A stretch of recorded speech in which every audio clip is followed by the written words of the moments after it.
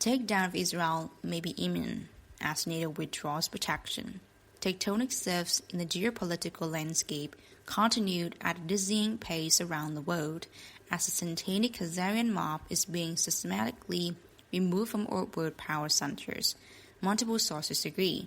The situation has proceeded so far that the Khazarian Big Kahuna, Israel, may soon be liberated from the Satanis, Pentagon sources say. In Europe, the changes of government last week in Italy, Spain, and Slovenia mean that only a realm of France, Germany, and Holland remain under Khazarian control, the sources say.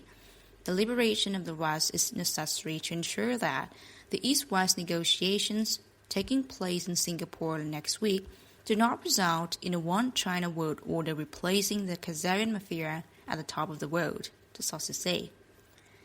Let us start by looking at the situation in Israel, where top Khazarian leader Benjamin Netanyahu, like his predecessor Adolf Hitler, is now holed up in a bunker as he prepares for his inevitable defeat. The public statement last week by NATO Secretary General Jens Stoltenberg that the alliance wouldn't come to Israel's defense in case of attack by Iran was a visible sign of imminent regime change in Israel. More important is what was left unsaid, according to Pentagon sources, which is that NATO will not defend its illegitimate Zionist entity from the Russian bear. In any case, Netanyahu and his regime have lost the support of most real Jews, as opposed to closest Satanis because of their murderous behavior. This public denouncement of Israel comes as Saudi Arabia prepares to announce Motta bin Abdullah as its new ruler, replacing Zionist Scrooge bin Salman, who was assassinated on April 21st, Pentagon sources say. This is important because it means control of the Saudi oil, the mainstay of petrodollar, has fallen out of Zionist hand, the sources say. For sure, bin Salman, who was in the press daily until gunfight erupted in his palace on April 21st, has vanished from public view. A public announcement will be needed, though, to confirm that the sources are saying. However, a different Pentagon source came forward last week with the related news that could affect the management and ownership of most publicly leased Western corporations. According to the source, the military backers of the Trump regime are considering giving Leo Wonta and his people control of $26 trillion in funds they claim were illegitimately taken from them by the Bush faction of the Khazarian mob. Wonta has been invited to Washington, D.C. this week to discuss these funds, the sources say. If they are going to get this money from Wonta, they are going to have to take it from Vanguard, the sources say. Vanguard Bush, together with State Street, Rockefeller, and BlackRock Rothschild, control most major Western corporations. The U.S. military moved to take over Vanguard and possibly State Street as well as BlackRock, maybe in preparation for a showdown with the European alliance over control of the world's financial system. In this context, the summit next week between U.S. President Donald Trump and North Korean leader Kim Jong-un is about far more than just peace in the Korean peninsula. According to the Gnostic Illuminati, Kim Jong-un is in fact the leader of the alliance that controls China as well as much of East Asia. Regardless of whether or not this is true about Kim, a look at the overall world situation leaves us beyond a doubt that U.S.-dominated Western military-industrial complex and the Euro-Asian alliance are negotiating a new way to run the planet. The key as to who will come out on top looks increasingly like it is being held by India. India has a young population roughly equal in size of China's rapidly aging population. That's why the U.S. side has been trying to convince India to join an alliance with itself, Japan, Australia, and Indonesia to contain China. The U.S. last week renamed their Pacific Command the Indo-Pacific Command as a part of their appeal to India. The Chinese, however, seem to have the upper hand in that India has joined the Russia and China as part of the Shanghai Cooperation Organization, the Euro-Asian Military and Economic Alliance. Last week, Indian Prime Minister Narendra Modi, speaking at the Shangri-La dialogue in Singapore made it clear that India was not interested in playing great power games, saying Asia of rivalry will hold us all back. Asia of cooperation will shape the century. In any case, the Shangri-La meeting in Singapore is just one of the several high-level gatherings taking place in the run-up to the Kim-Trump summit next week. This week, we'll also see a G7 summit meeting in Canada, as well as Bilderberg meeting in Italy, as the West tries to coordinate its stance in the big power negotiations with Asia next week. So let us turn back now to the situation in the West, starting with Europe. First of all, it is probably no coincidence that the Bilderberg meeting this year is taking place in Italy, since the new regime there is opposed to the euro and is thus an existential threat to the union as it now stands.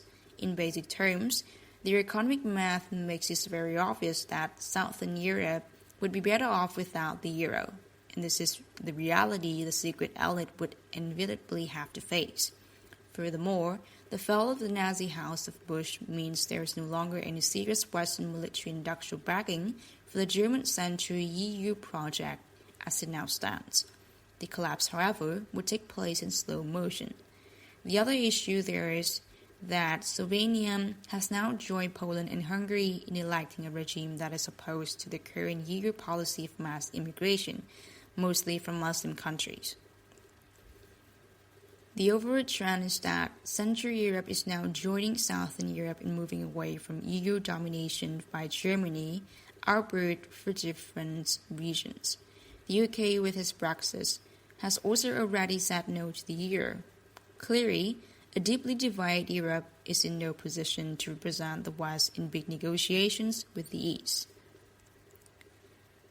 The other key G7 power center, Japan, is also in deep disarray because the regime there is viewed by the Asian underworld as a colonial slave government. The North Koreans are seen as a legitimate government for Korea and Japan, Japanese right-wing sources say, and that is why the Japanese have been excluded from the U.S.-North Korean negotiations. Furthermore, the Bush proxies like Richard Armitage have lost power, meaning that there is a vacuum in the U.S. colonial control grid in Japan. It is in this context that we must look at the Trump's decisions to impose tariffs on European as well as Japanese and Canadian steel and aluminum. The aim is used in these matters is to force a change in the economic governance of the West. In a sense, Trump is right to say that if the U.S. has a trade deficit of $800 billion a year, then winning a trade war is no-brainer. However, what he's just realizing is that the U.S. economy was allowed to be hollowed out by huge trade deficits because the owners of the current petrodollar-central financial system were mostly either not American or else not patriotic Americans. Our sources suggest that is why the move with Wanta, if true, may be a sign that Trump is finally finding the right target. If Trump can get control over the system that is based on US dollar, euro, and yen, he will be in much stronger positions to negotiate a new global financial or political architecture with the Euro-Asia alliance. His regime just needs to round up a few more oligarchs, and he must just be able to pull it off. For one thing, the second leader of sex cult, NXIVM actress Alison Mark, has been sung to take down the Hollywood and Brofmans. The sources say, the Brofman family got rich selling booze to AI Capon and is now one of the main controlling families of media giants like AOL, Time Warner. The other big Zionist media entity under the attack is Disney. ABC's Roseanne Barr was martyred to take down Obama handler Valerie Jarrett and her defounder Disney CEO Bob Iger, and her cancel show may be picked up by Fox, say Pentagon sources. Furthermore, they add, Harvey Weinstein and his former employer Disney et al. May be charged with RICO violations for running a criminal sexual enterprise, as Trump may even nationalize that cultural icon to protect children. Also in Washington, D.C., deep state and Zionist agents are history. as the Department of Defense takes over the security clearance process for the whole of government to allow only white hats and patriots, the sources say. What all this means is that the military government behind Trump is solidifying its positions as representative of the West in negotiations with the Eurasian alliance. However, Trump needs to learn that bullying and table-pounding do not go over well in Asia. China has made it clear that it will meet the U.S. halfway, but that any attempt by Trump to bully his way into a deal will backfire, issuing a statement that reads, in part, "All economic and trade outcomes of the talks will not take effect if the U.S. side impose any trade sanctions, including raising tariffs. Nonetheless, all the moves described above represent a fundamental change of direction in how the world is governed now that the Zionist apocalyptic nightmare is ending. Humanity is being threatened."